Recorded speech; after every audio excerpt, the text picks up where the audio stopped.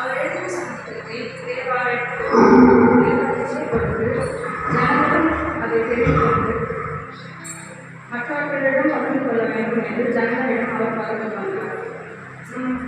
தாவீது எழுதின புதிய சங்கீதம் 146 சங்கீதம் முதல் 56 சங்கீதம் முதல் 150 சங்கீதம் வரை ஹல்லேலூயாவிலே தொடங்கி ஹல்லேலூயாவிலே முடிகின்றது. தாவீது தான் மட்டும் தேவனை துதித்தால் கூடாது என்று நினைத்து கர்த்தர் மேல் மக்களும் நம்பிக்கை வைத்து ஜனங்களும் அவரை துதிக்க வேண்டும் என்று நினைத்து ஜனங்களிடம் தாவீது அவருடைய சுவிசேஷத்தை கர்த்தர் மேல் ஒரு நம்பிக்கையை அனைவரிடம் பகிர்ந்து கொண்டார்.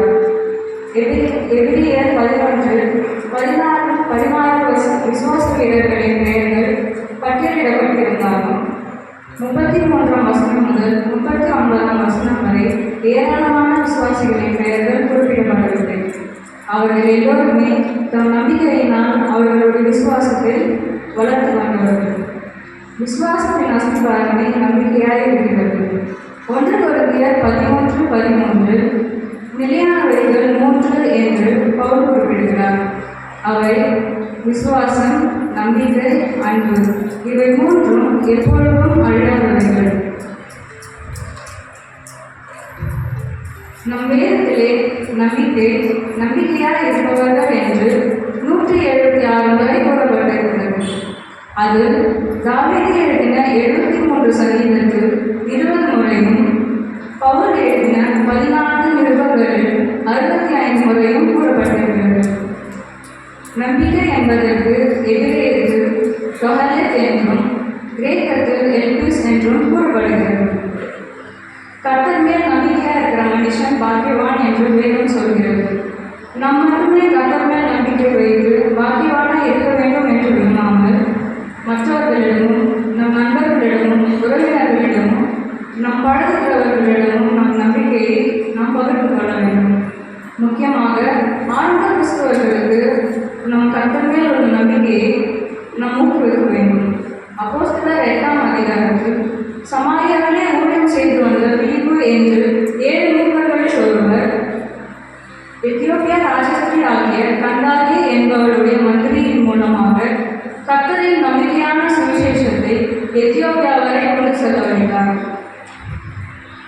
அது எத்தியோப்பியா நாடு முழுவதும் பரவியது. நோவா தேவன் மேல் இருக்கும் நம்பிக்கையினால் தான் மக்களிடம் சென்று மனம் திரும்புங்கள் என்று கேட்டார். ஆனால் மக்கள் எல்லாமே நோவாவுக்கு சொல்லிட்டாங்க.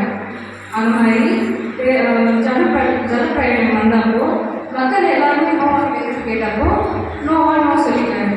அந்த மாதிரி நம் தேவனுடைய சுவிசேஷத்தை தேவன் மேல் இருக்கும் நம்பிக்கையை மற்றவர்களிடம் பகிர்ந்து கொள்ள செஞ்சு பண்ணினா நம்மளை எல்லாருமே ஜட்ஜ்மெண்ட் அன்னைக்கு கரெக்டாக ஸ்பீக் பண்ணுறாங்க. மற்றவர்களிடம் நம்மளுடைய நம்பிக்கையை பகிர்ந்து கொள்ளும் பொழுது நமக்கும் கர்த்தர் மேல் உள்ள நம்பிக்கை பெருகுகிறது. நமது ஆண்டவராக இயேசு கிறிஸ்து அவர் செய்து கொண்டிருந்த அற்புத அடையாளங்களை தம் சீஷர்களுக்கு நம்பிக்கையோடு கொடுத்து தம் சுவிசேஷத்தை உலகமெங்கும் பிரசங்கிக்க வைத்தார். லூக்கா 12:49 கர்த்தர் சொல்கிறார், பூமியின் மேல் அக்கினியை போடுவதே அது இப்பொழுதே பற்றி எறிய வேண்டும் என்று விரும்புகிறேன் என்று கர்த்தர் சொல்கிறார். இயேசுக்கு பின் கிபி 70 தீத்துராயன் என்பவன் எருசலேம் தேவாலயத்தை இடித்து சுட்டெரித்து அங்கிருக்கும் கிறிஸ்துவர்களை சிதறடித்தான். ஆனால் சிதறிய கிறிஸ்துவர்கள் எங்கெங்கு சிதறி போனார்களோ அங்கெல்லாம் அக்கினி வருவதை போல தேவனுடைய சுவிசேஷத்தை பரவினார்கள்.